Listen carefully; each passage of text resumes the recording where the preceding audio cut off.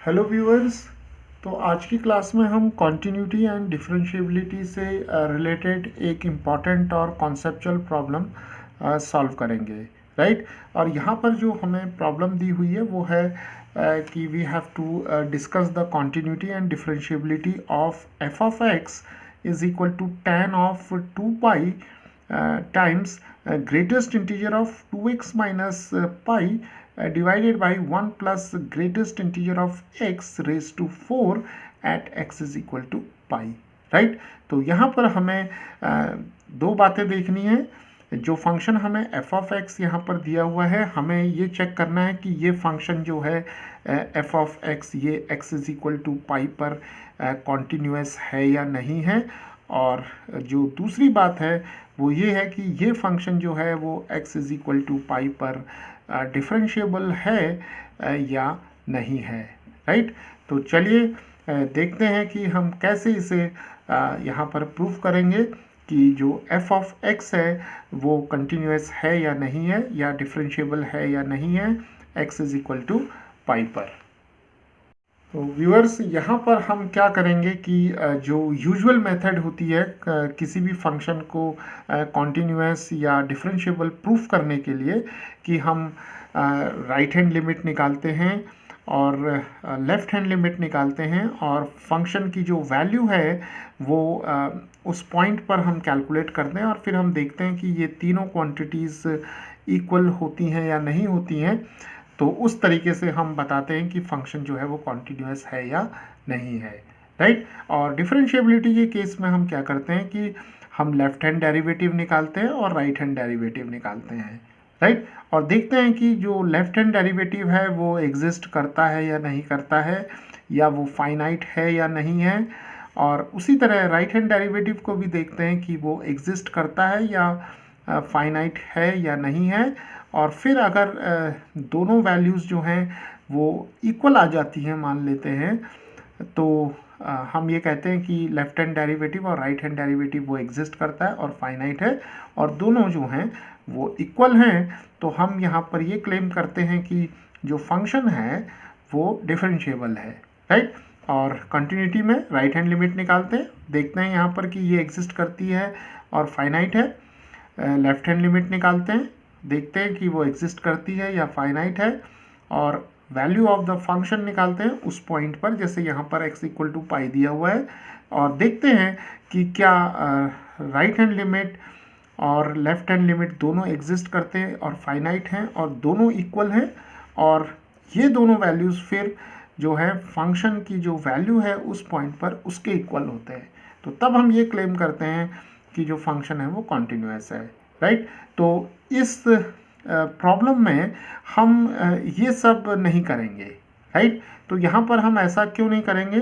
Because यहाँ पर हम जो फंक्शन है, फंक्शन को हम क्लोजली ऑब्जर्व करेंगे, और यहाँ पर अगर हम फंक्शन को क्लोजली ऑब्जर्व करें और फंक्शंस की जो बेसिक प्रॉपर्टीज़ हैं या डेफिनेशंस हैं, अगर हम यहाँ पर उनको अप्लाई करेंगे तो हम इजीली इस रिज़ल्ट पर पहुंच सकते हैं कि फंक्शन जो है वो कॉन्टिन्यूस है या डिफरेंशिएबल है, राइट। तो चलिए यहाँ पर हम पहले इस फंक्शन को क्लोजली एनालाइज करते हैं और वहाँ से रिज़ल्ट निकालते हैं कुछ, और देखते हैं कि वो रिज़ल्ट्स क्या हमें हेल्प करते हैं इस फंक्शन को कॉन्टिन्यूस बनाने में और डिफरेंशिएबल बनाने में।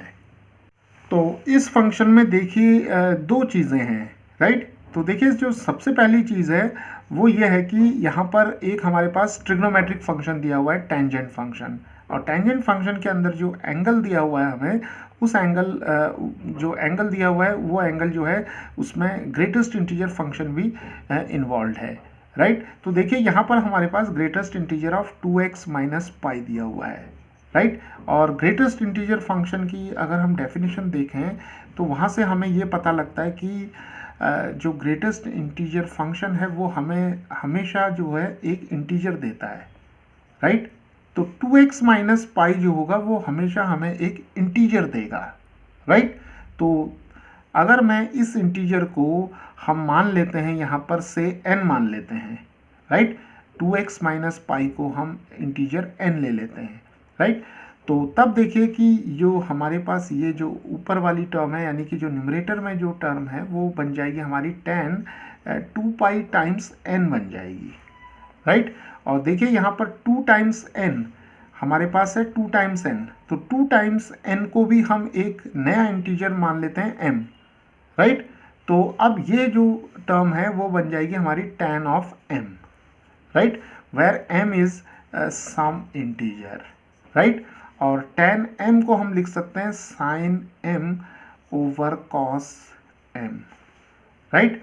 तो देखिए यहाँ पर हमने 2n को m लिया, तो यहाँ पर m पाई बन जाएगा, सॉरी यहाँ पर m पाई आ जाएगा और यहाँ भी m पाई आ जाएगा, राइट। तो अब देखिए sin m पाई जो है वो 0 होता है, sin m पाई क्या होगा, 0 हो जाएगा। तो इसका मतलब हमें मिल जाएगा 0 ओवर cos ऑफ m पाई, तो ये 0 आ जाएगा। तो इसका मतलब ये हुआ कि जो फंक्शन f ऑफ x है उसका न्यूमरेटर जो है वो हमेशा 0 होगा, राइट। तो यहाँ पर हमने पॉइंट लिया है x इज इक्वल टू पाई। तो यहाँ पर अब हम इस बात को जनरलाइज कर सकते हैं कि किसी भी x की वैल्यू के लिए न्यूमरेटर जो होगा वो हमेशा 0 आएगा, राइट। क्यों? Because 2x greatest integer of 2x minus पाई जो है वो हमेशा हमें इंटीजर देगा। उस इंटीजर को हमने n मान लिया, राइट। उस n को हमने यहाँ पर रखा तो हमें मिला tan ऑफ 2 पाई n, और 2n को हमने प्रोडक्ट ऑफ 2 और n का जो प्रोडक्ट है उसे हमने एक नया इंटीजर मान लिया है जिसे हम m से दिखा रहे हैं। तो यहाँ पर क्या होगा, tan m पाई आ जाएगा, और tan m पाई को हम लिख सकते हैं sin m pi over cos of m पाई, और हमें पता है sin m पाई जो होता है वो हमेशा 0 होता है, राइट। क्योंकि जो साइन के साथ अगर हमारे पास यहाँ पर m जो है वो इंटीजर होगा तो जो पाई का जो इंटीजर वैल्यूज़ इंटीजर प्रोडक्ट्स होंगे पाई के साथ, उसके लिए साइन जो होगा वो हमेशा 0 होगा। जैसे 0 pi, 2 pi, 3 pi, similarly minus pi, minus 2 pi, minus 3 pi and so on, right. तो इन सभी के लिए जो होगा साइन m पाई जो होगा वो 0 हो जाएगा। तो इसका मतलब tan m पाई की वैल्यू 0 हो जाएगी। तो इसका मतलब ये हुआ कि जो न्यूमरेटर है वो 0 हो जाएगा। अब देखिए डिनोमिनेटर की बात करते हैं। तो देखिए डिनोमिनेटर में क्या है, 1 plus greatest integer of x raise to 4 दिया हुआ है।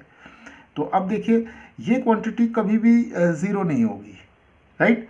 Because the greatest integer of x अगर मान लेते हैं हम 0 भी हो जाता है तो 1 plus greatest integer of x raise to 4 जो होगा it will never be equal to 0, right. तो यहाँ पर हमें हमेशा एक नॉन ज़ीरो क्वांटिटी मिलेगी, राइट, नॉन ज़ीरो क्वांटिटी। तो f ऑफ x जो होगा अब हमें मिल जाएगा 0। तो यहाँ पर जो f ऑफ x है वो 0 आ रहा है। तो इसका मतलब ये हुआ कि जो f ऑफ x है वो एक कांस्टेंट फंक्शन आ गया है, right. It is a constant function and we know that जो कांस्टेंट फंक्शन होता है वो कॉन्टिन्यूस भी होता है और डिफरेंशिएबल भी होता है, राइट। तो यहाँ पर अब हम ये क्लेम कर सकते हैं कि ये जो फंक्शन f ऑफ x है, this function is not only continuous and differentiable at x is equal to pi, but it is continuous and differentiable for all values of x, right, where x belongs to the set of real numbers, right. तो देखिए इस तरीके से हम function को closely observe करके और greatest integer function की डेफिनेशन को यहाँ पर अप्लाई करके हम इस कंक्लूजन पर पहुँच सकते हैं कि ये फंक्शन जो होगा वो कॉन्टिन्यूस होगा और डिफरेंशिएबल होगा for all values of x belonging to the set of real numbers.